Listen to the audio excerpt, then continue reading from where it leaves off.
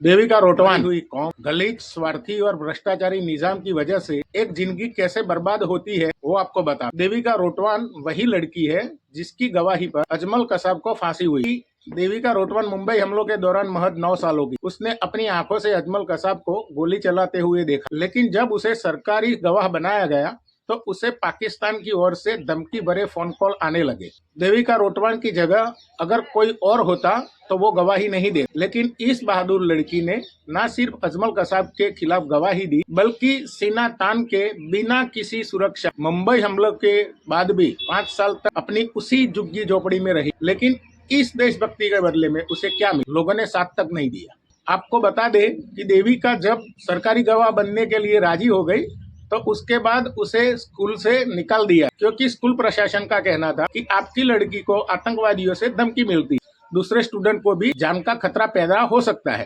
देविका के रिश्तेदारों ने उससे दूरी बना ली, क्योंकि उन्हें पाकिस्तानी आतंकियों से डर लगता, जो लगातार देविका को धमकी दे। देविका को सरकारी सम्मान जरूर मिला, उसे हर उस समारोह में बुलाया जाता था जहां मुंबई हमले के वीरों और शहीदों को सम्मानित किया जाता, लेकिन देविका बताती है कि सम्मान से पेट नहीं भरता। मकान मालिक उन्हें तंग करता, उसे लगता है कि सरकार ने उसके परिवार को सम्मान के तौर पर करोड़ों रुपए दिए, जबकि असलियत ये है कि देविका को अपनी देशभक्ति की बहुत भारी कीमत चुकानी पड़ी है। उसका परिवार देविका रोटवान का नाम अपने घर में होने वाली किसी शादी समारोह के कार्ड पर नहीं लिखवाता, क्योंकि उन्हें डर है, क्योंकि देविका आतंकियों के निशाने पर है। देविका के परिवार ने अपनी आर्थिक तंगी की बात कई बार राज्य सरकार और पीएमओ तक पहुंचाई भी, लेकिन परिणाम डाक के 3 पात निकला है। देविका की मां 2006 में ही गुजर गई। उसके घर में आप जाएंगे, उसके साथ कई नेताओं ने फोटो खिंचवाए, कई मेडल रखे हैं, लेकिन इन सब से पेट नहीं भरता। उसके रिश्तेदारों को लगता है कि हमें सरकार से करोड़ों रुपए इनाम में मिले हैं, लेकिन असल स्थिति ये है कि 2 रोटी के लिए भी उनका परिवार तरसता है।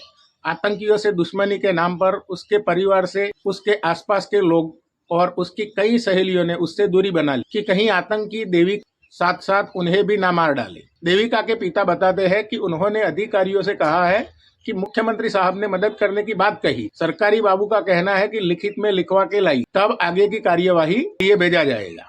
अब आप ही बताइए कि क्या ऐसे देश, ऐसे समाज और ऐसी भ्रष्ट सरकारी मशीनरी के लिए देविका रोटवान ने पैर में गोली खाई थी? उसे क्या जरूरत पड़ी थी सरकारी गवाह बनने की? उसे स्कूल से निकाल दिया गया क्योंकि उसने एक आतंकी के खिलाफ गवाही दी थी। हमें भी ऐसे खुदगर्ज समाज, सरकार और नेताओं के लिए अपनी जान दांव पर लगाने की कोई जरूरत नहीं। देविका, तुमने ना मतलब ही अपनी जिंदगी नरक बनाई। जय हिंद।